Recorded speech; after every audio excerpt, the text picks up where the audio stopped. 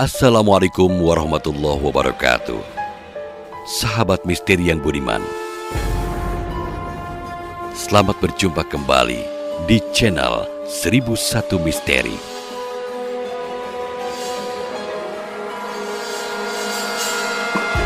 Apa kabar semuanya? Semoga sahabat misteri kami jumpai dalam keadaan baik, dalam keadaan sehat, selalu dilimpahkan rezekinya, dilancarkan segala urusannya, dan senantiasa mendapatkan perlindungan dari Yang Maha Kuasa. Dan semoga bisa menyimak tentang kisah-kisah yang kami sampaikan di channel ini. Selamat mengikuti.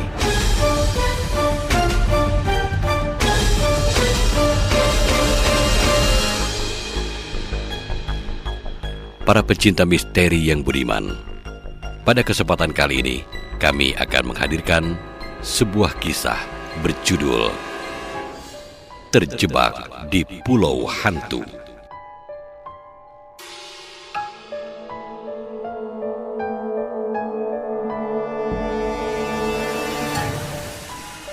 Cerita ini mengisahkan seorang gadis cantik berusia 22 tahun yang bernama Ranti. Ranti dan teman-temannya mengisi liburan selepas wisuda mengunjungi sebuah pulau yang mereka rencanakan, yaitu Pulau Impian. Selamat mengikuti.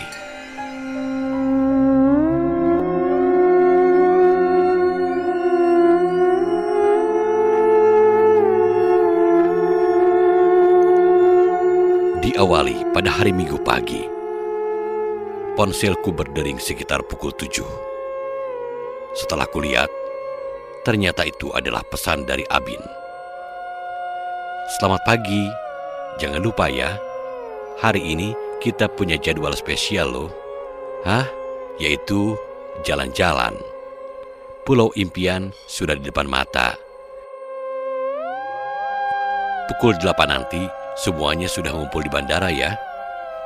Oh ya, jangan lupa bawa logistik untuk 4 hari juga ya. Begitulah isi pesan tersebut di dalam grup WA di ponselku. Sekitar pukul 7.15, aku pun pamit sama mama dan juga papa. Setelah itu langsung bertolak menuju bandara. Ternyata semua anggota kami sudah siap di sana, kecuali Aldi. Sekitar 20 menit kemudian, Aldi pun sudah tiba di lokasi, dan penerbangan pun akan segera dimulai.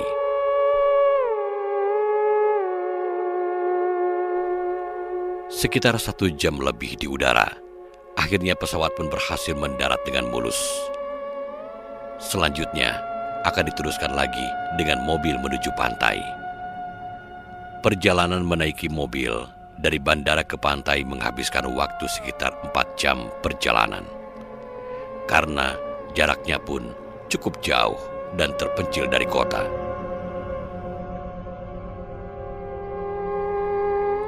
Akhirnya, kami pun sampai di pantai. Pantai itu sangat indah dan menawan. Pasir putihnya membentang panjang hingga beberapa kilometer. Namun sayangnya, aku tidak tahu persis panjang pantai tersebut.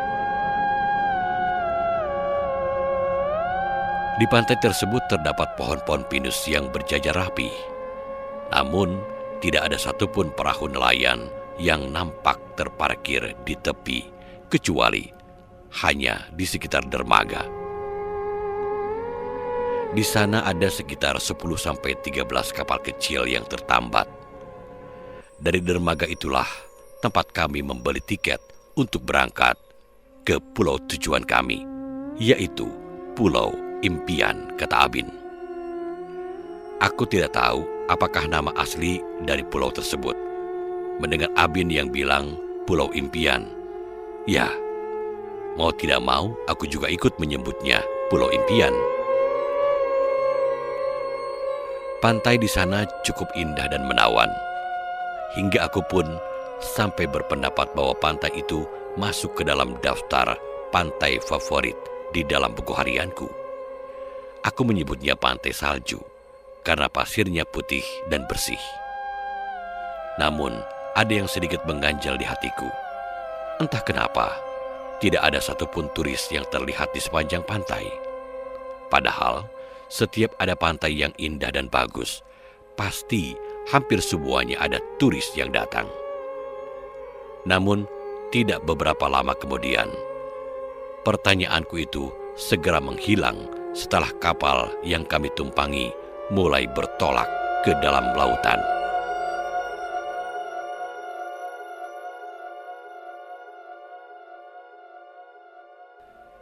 Angin bertiup pelan, hingga membuatku sampai beberapa kali membenahi rambut. Teman-temanku sibuk berfoto di dalam kapal.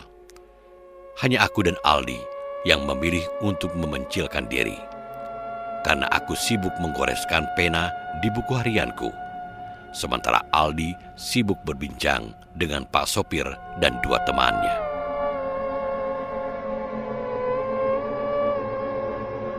Perjalanan sudah menghabiskan waktu 1 jam lebih. Sekarang waktu sudah menunjukkan pukul 16 sore.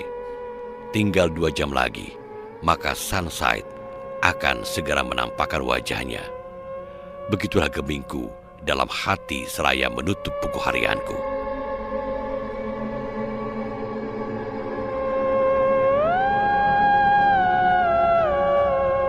"Ranti, yuk ikutan bareng selfie sini."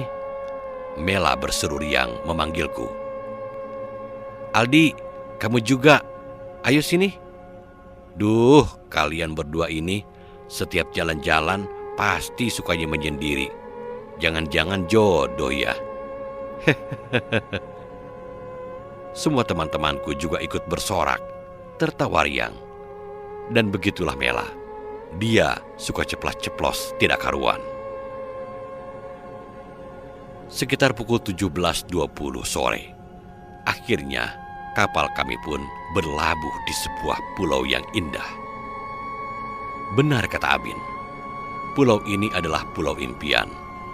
Begitu gemingku dalam hati ketika pertama kali menginjakan kaki di atas pulau tersebut.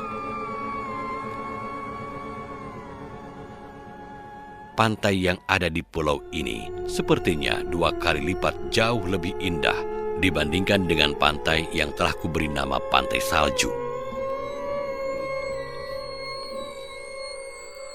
Pulau ini ditumbuhi oleh pohon-pohon pinus raksasa yang begitu tinggi menjulang ke langit.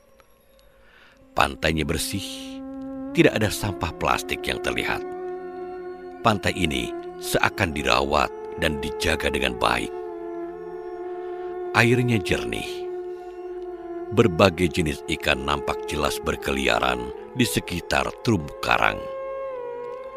Ikan-ikannya jinak dan juga cantik. Pantasan saja Abin menyebutnya Pulau Impian.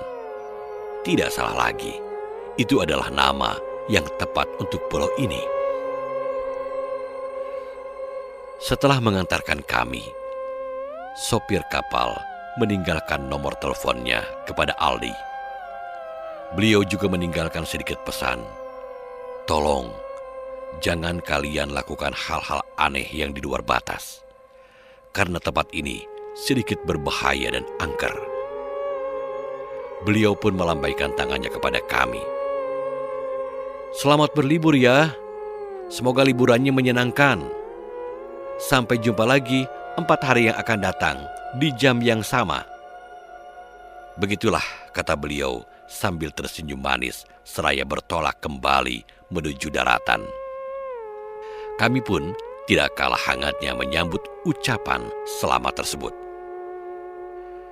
Tak lama kemudian, seiring berjalannya waktu, maka kapal yang tadinya kami tumpangi pun sudah lenyap dari pandangan mata. Dan kini sang senja indah telah tiba, dan waktunya untuk bersantai-santai pun telah datang.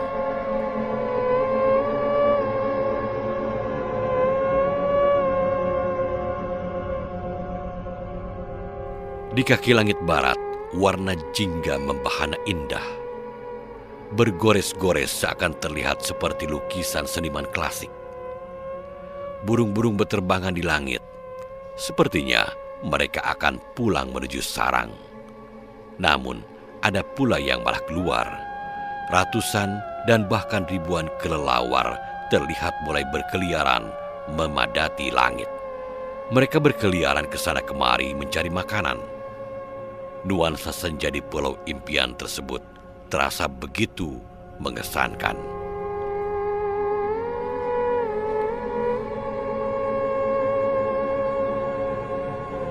Malam pun tiba. Aku sibuk memasak dengan kompor gas miniku di samping tenda.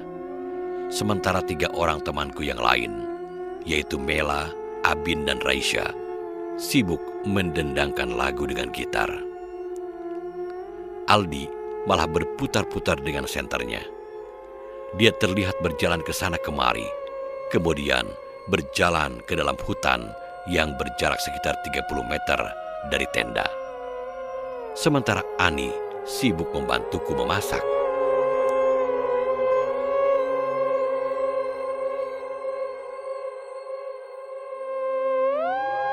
Lihat tuh, mereka senang banget ya. Ani tersenyum kecil sembari melihat Mala dan 2 teman kami yang lain asik bernyanyi di depan api unggun. Aku hanya tersenyum kecil menanggapinya. Tuh, lihat tuh si Aldi. Ngapain ya dia di sana? Mending bantu-bantu cari kayu, kek. Aku melirik Aldi penuh tanya, kemudian melanjutkan kembali pekerjaanku.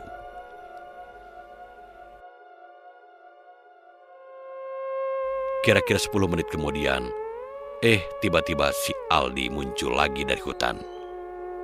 Tuh kan, dia bisa baca hati kamu, Ranti. Ani sedikit mencemoohku ketika melihat Aldi datang sambil membawa cukup banyak kayu bakar. Dan aku pun tersenyum kecil menanggapi cemoohan tersebut. Aldi, dia adalah lelaki yang berpostur tinggi. Namun, dia sedikit pendiam. Dia adalah orang yang sangat jarang terbahak-bahak saat tertawa. Bawaannya serius terus. Akan tetapi jangan salah, dia itu ganteng loh. Tapi sayang, dia itu masih jomblo loh, kayak aku. Entah kenapa pula aku sampai membandingkan diriku ini dengan dia. Aneh. Waktu terus berjalan. Selesai makan malam, kami melanjutkan dengan acara nyanyi-nyanyi bareng. Setiap orang harus punya satu lagu khusus, yaitu lagu terfavorit. Acara malam pertama di Pulau Impian benar-benar menyenangkan sekali bagiku. Apalagi ini semua kami lakukan setelah semua pekerjaan tuntas, setelah wisuda di kampus 2 hari yang lalu. Rasanya lega sekali. Mungkin beginilah rasanya bebas dari penjara. Begitu gemingku dalam hati.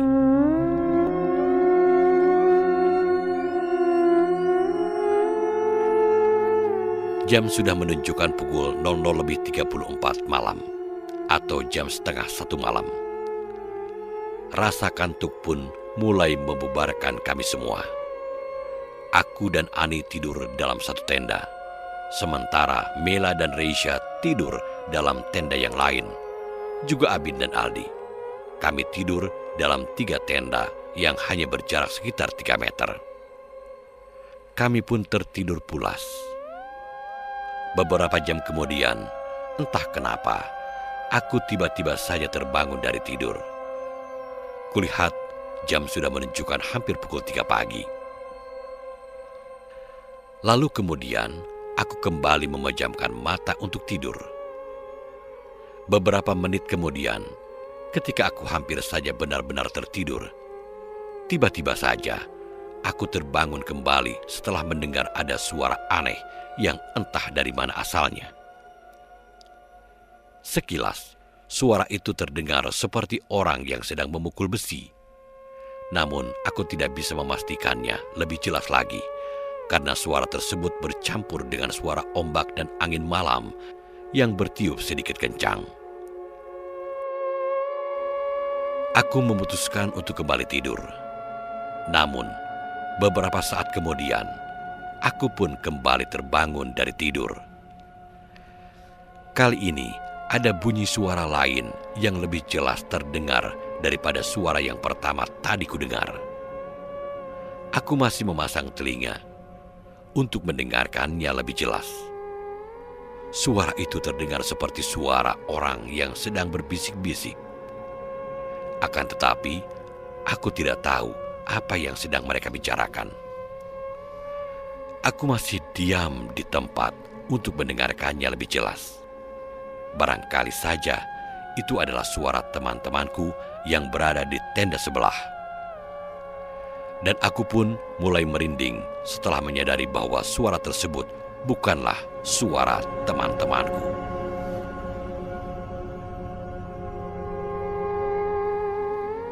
Tiba-tiba saja ponselku bergetar. Aku sengaja membuatnya senyap. Ranti, apakah itu adalah suara kamu dan Ani?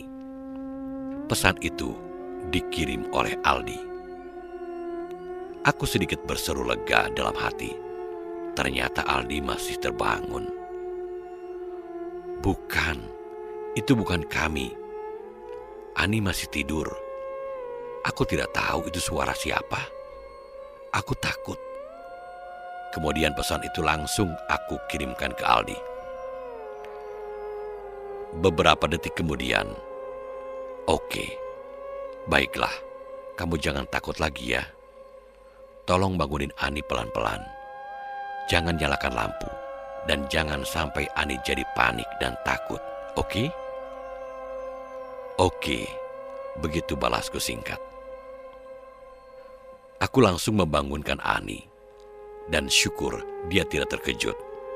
Aku kemudian memberitahunya apa yang sedang terjadi. Dia langsung ketakutan. Namun aku berusaha untuk menenangkannya. Kamu bawa pisau kan? Keluarkan pisaumu untuk jaga-jaga. Aldi kembali mengirimkan pesannya padaku. Aku langsung ingat dan kemudian mengeluarkan pisau garpu dari dalam tasku. Begitupun Ani. Iya, kami sudah mengambilnya. Begitu balasku singkat. Suara itu terdengar semakin parah. Aku bahkan dapat mendengar dengan jelas suara itu adalah suara orang yang berjalan dan berlari di sekitar tenda kami. Saat aku memberanikan diri untuk mengintip, namun aku tidak menemukan apapun yang ada di luar sana.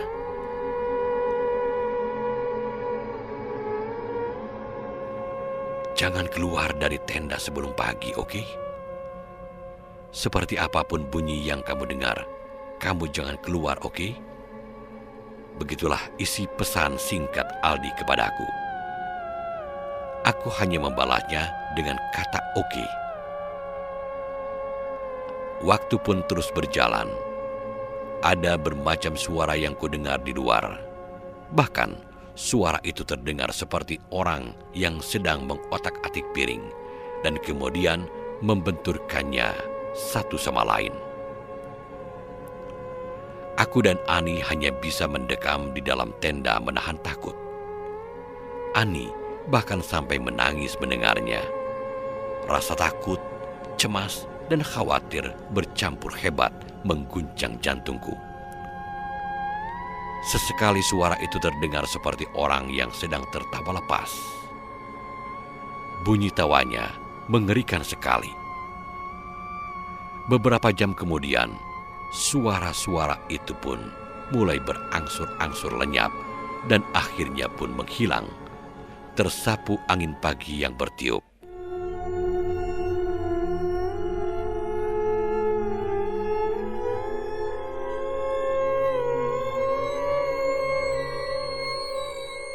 Pagi telah tiba. Setelah Fajar menampakkan dirinya, aku memberanikan diri keluar setelah Aldi datang menghampiri tenda kami. Kami kemudian langsung memeriksa barang-barang yang tadi malam terdengar berisik diganggu oleh orang yang tidak kami ketahui. Anehnya, barang-barang kami masih terlihat rapi seperti sedia kala. Kami beralih ke tempat lain. Kami berjalan ke sekeliling tenda untuk mencari bekas pijakan kaki dari suara yang kami dengar tadi malam. Dan parahnya lagi, kami tidak juga menemukan satu bekas pun yang tersisa di atas pasir. Walaupun hanya satu pijakan kaki, semuanya nihil dan bersih. Kami bertiga sepakat untuk tidak menceritakan kejadian tadi malam kepada siapapun, termasuk kepada 3 teman kami yang lain. Karena kami takut itu akan membuat mereka menjadi panik dan takut. Waktu terus berjalan, matahari sudah mulai keluar. Perlahan, dia terus bergerak pelan naik ke langit. Kini jam telah menunjukkan pukul 9 pagi. Barulah Abin dan 2 orang teman kami yang lain terbangun dari tidur mereka.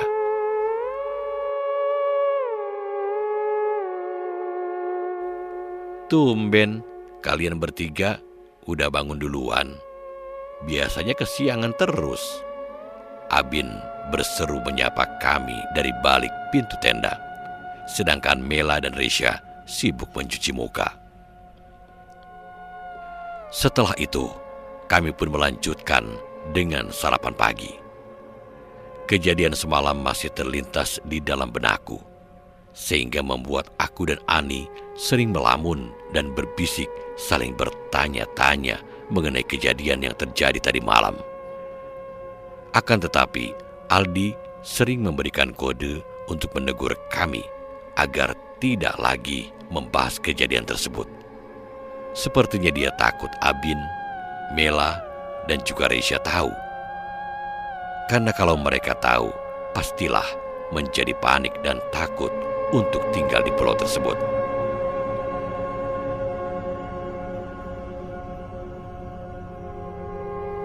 Matahari mulai jauh dari posisi tertingginya. Siang telah lama tiba, tinggal beberapa jam lagi akan berganti sore. Dan setelah itu, dunia pun akan kembali gelap oleh malam. Jam menunjukkan pukul 13 siang. Semenjak kejadian semalam, entah mengapa aku mendadak suka memandangi jam tanganku. Karena aku lebih suka siang lebih panjang agar malam akan lambat datang membungkus langit. Namun, waktu terasa cepat berlalu.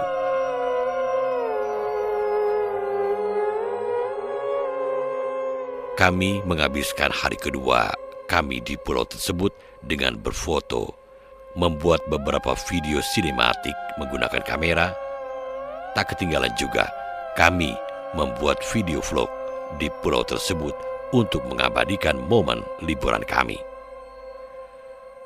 Aku dan Ani berusaha terlihat sewajarnya, berusaha terlihat bahagia walaupun sebenarnya ada separuh rasa cemas dan takut yang membungkus hati kami, yaitu cemas dan takut akan gelapnya malam yang akan segera tiba membungkus dunia dalam 2 jam ke depan.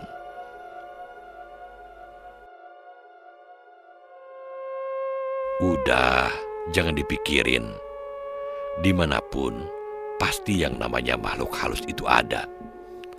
Kan jumlah mereka jauh lebih banyak dari kita sebagai manusia. Aldi tiba-tiba datang menghampiriku yang duduk sendiri sekitar 15 meter dari tenda.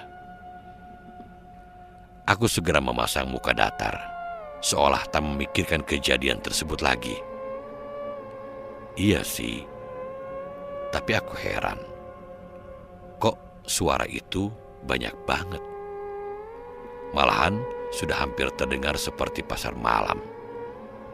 Begitu balasku, seraya tersenyum kecil. Aldi pun tersenyum menanggapinya. Kamu gak tidur? Tadi malam kan begadang sampai pagi. Aldi sedikit menyipitkan matanya. Iya belum. Gak tahu nih. belum juga ngantuk. Begitu balasku dengan nada yang sedikit kesal. Aldi pun sedikit tertawa kecil mendengarnya. Setelah itu kami mengobrol banyak hal. Saling bercerita tentang pengalaman kuliah kami, dan serunya ternyata Aldi itu orangnya gak pendiam-diam amat. Malahan dia jauh lebih asyik dibandingkan dengan teman-temanku yang lain, karena tutur bahasanya halus dan mudah difahami.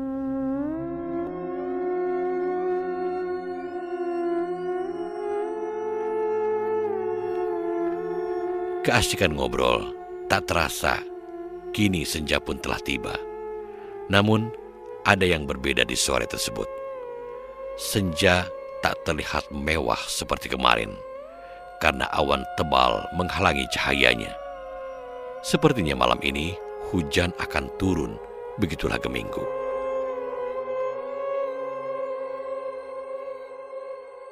Oh ya, nanti malam tolong jangan matiin HP-nya ya. Kalau ada apa-apa, nanti aku WA aja. Nada suaraku sedikit manja dan memohon kepada Aldi. Dia pun tersenyum kecil menanggapi sambil mengangguk pelan. Guys, sepertinya malam ini kita harus pindah dan mendirikan tenda di dalam sana. Karena sepertinya hujan akan turun di malam ini. Tanganku menunjuk ke arah hutan yang berdekatan dengan pantai. Jarak kami dengan hutan tersebut hanya terpaut sekitar 50 meter saja. Benar, sepertinya kita harus pindah untuk malam ini saja ya. Ani ikut berseru menyetujui pendapatku, dan hasilnya semuanya pun setuju. Kami pun segera memindahkan barang-barang ke dalam hutan terdekat. Setelah semua tenda dan barang-barang selesai dipindahkan, maka kami pun mulai membersihkan rumput-rumput di halaman tenda kami. Sementara Aldi sibuk membuat pagar dari tali rapia. Dia menghabiskan cukup banyak tali hanya untuk membuat pagar tersebut, sekitar 2 ikatan tali. Lalu kemudian dia menambahkan daun-daun untuk menjadi dindingnya. Pagar itu sengaja ia buat bulat mengelilingi tenda kami. Di luar pagar tali tersebut, Aldi juga memasang tali pancing. Lalu, tali pancing itu tersambung dengan lonceng pancing yang dia letakkan di tengah-tengah halaman, dekat tempat duduk api unggun. Sehingga apabila nanti tali itu disentuh, maka kami akan mendengar lonceng pancing itu berdering seperti pancing yang disambar ikan. Abin dan Ani sibuk mengumpulkan kayu bakar yang banyak, seolah-olah terlihat seperti anak pramuka yang ingin menyalakan api unggun perpisahan yang besar. Baguslah, aku senang melihatnya, karena berharap malam ini api tersebut akan menyala menerangi malam ini. Hari mulai gelap, kami pun mulai sibuk menyalakan api dan memasak. Tak lama kemudian, api pun mulai menyala. Namun tak lama setelah itu, hujan juga turun. Setelah makan malam, kami semua terpaksa membuat tenda darurat dari plastik yang sepanjang 5 meter untuk berteduh sambil mengobrol di halaman. Di malam itu hujan turun dengan begitu lebat. Angin kencang juga berhembus, sehingga membuat tenda darurat kami terhuyung ke sana kemari. Tenda darurat itu pun tidak bertahan lama. Angin kencang berhasil merobohkannya, sehingga api yang berada di bawah mulai redup dan akhirnya padam. Lalu kami memutuskan untuk pindah ke dalam tenda masing-masing. Jam baru menunjukkan pukul 9 malam, namun rasanya sudah seperti di tengah malam. Hawa dingin terasa menyengat kulit. Aku bahkan sampai mengecut kedinginan di dalam selimut. Malam nampak kelam. Kilatan petir sesekali terlihat mengkilat di dalam lautan. Angin masih berhembus, sunyi dan mencekam. Begitulah yang aku rasakan. Aku tidur dulu ya nih. Aku segera meraih selimut dan kemudian membungkus diriku. Aku juga mau tidur. Ani menyusulku dengan selimutnya. Hujan masih lebat di luar. Sepertinya hujan ini tidak akan reda sampai pagi datang. Begitulah gemingku dalam hati. Aku mulai memejamkan mata.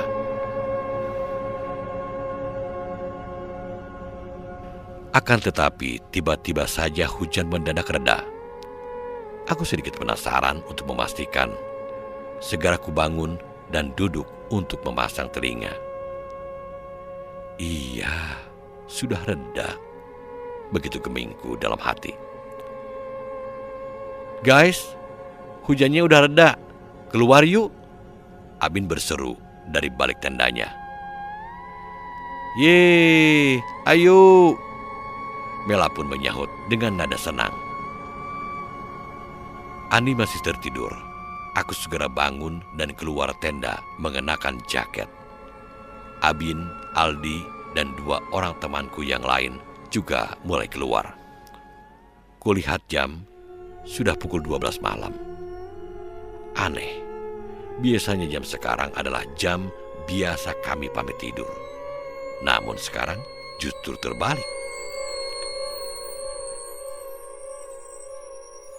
Dingin banget ya guys. Aku masih menaruh tangan dalam jaket. Tunggu bentar ya, kita nyalakan lagi apinya.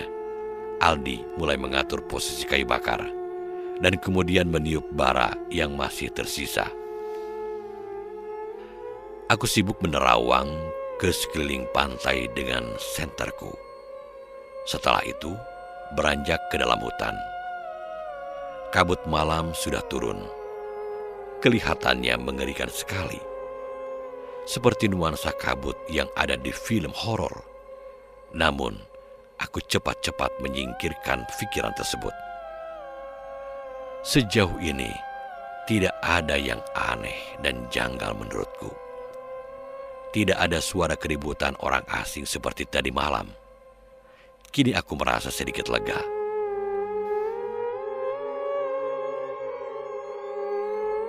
Di, temanin aku bentar yuk. Abin sedikit memohon. Mau kemana? Tanya Aldi penuh selidik. Sementara tangannya masih sibuk mengatur posisi kayu bakar. Gak tahan nih mau BAB. Abin menjawab dengan nada keluh. Pergi aja sana. Penakut kali kau, Bin. Aldi sedikit merendahkan Abin. Aku gak berani, Di. Aku takut sendiri. Abin semakin memohon. Sontak kami semua yang mendengarnya langsung terpingkal-pingkal. Yang lebih parah lagi adalah Mela. Di sini aja, Bin. Kita timbun aja pakai tanah. Mela terbahak-bahak setelah mencemooh Abin. Abin tidak menanggapi. Dia hanya memicingkan bibir bertanda kesal. Lalu Aldi dan Abin sudah pergi ke arah dalam hutan. Mereka terus berjalan. Kulihat jarak mereka dengan tenda mungkin hanya sekitar 50 meter kurang lebih. Mela dan Reisha kembali melanjutkan pekerjaan Aldi yang belum selesai. Aku juga ikut membantu menyalakan api.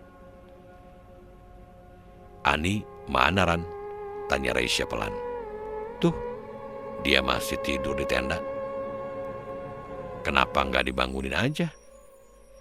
Kasian, dia kan nggak tidur seharian.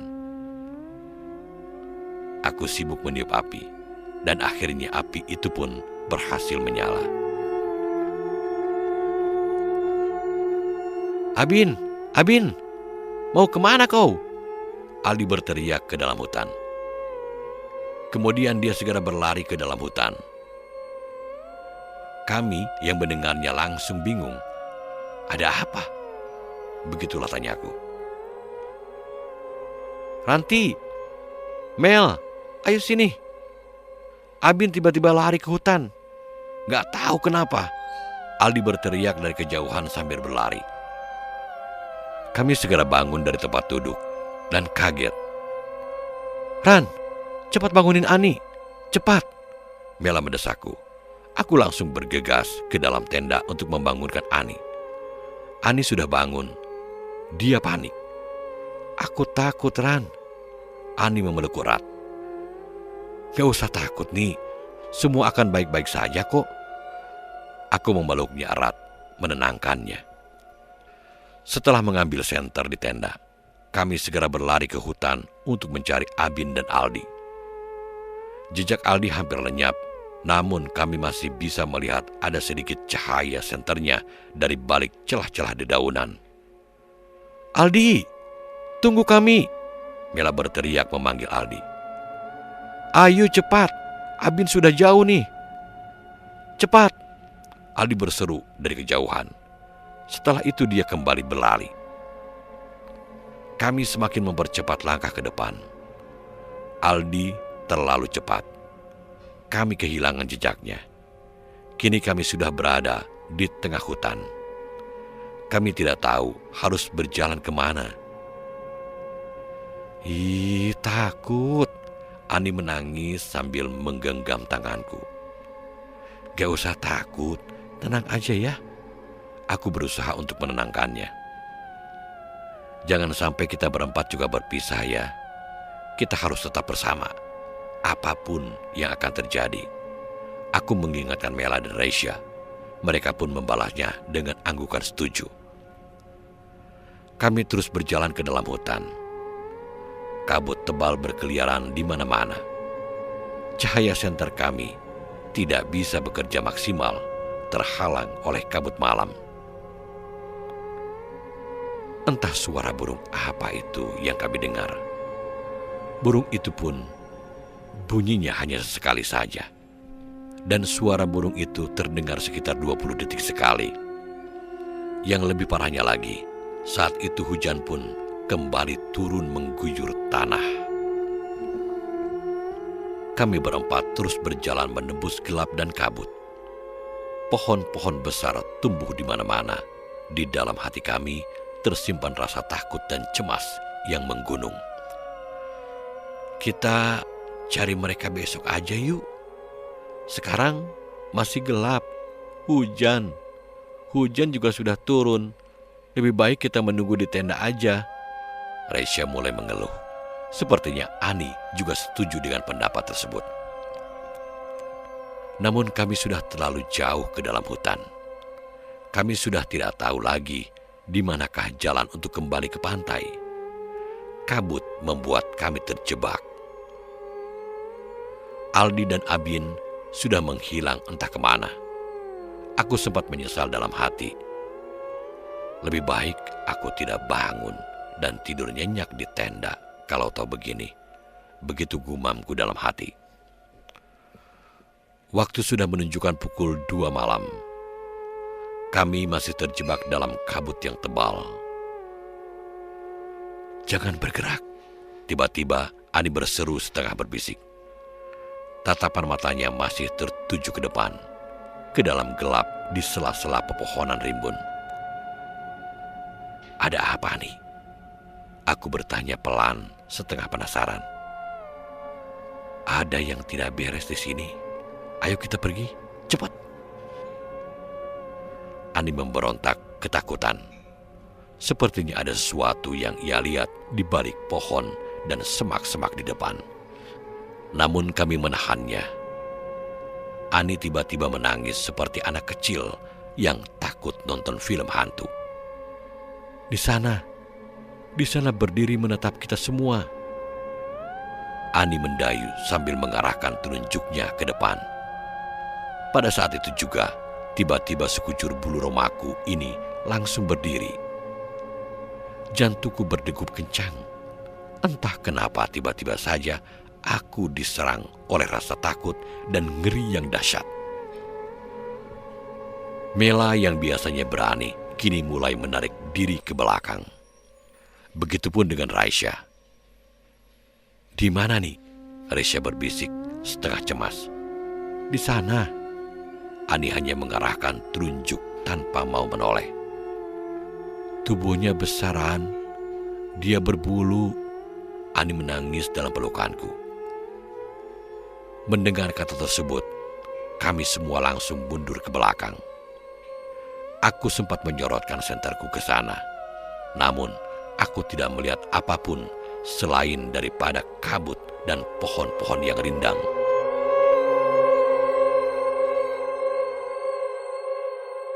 Para pencinta misteri yang budiman, bagaimanakah kisah selanjutnya?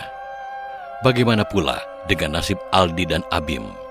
Ikuti terus kisah selanjutnya di channel 1001 Misteri. Terjebak di Pulau Hantu. Sampai jumpa.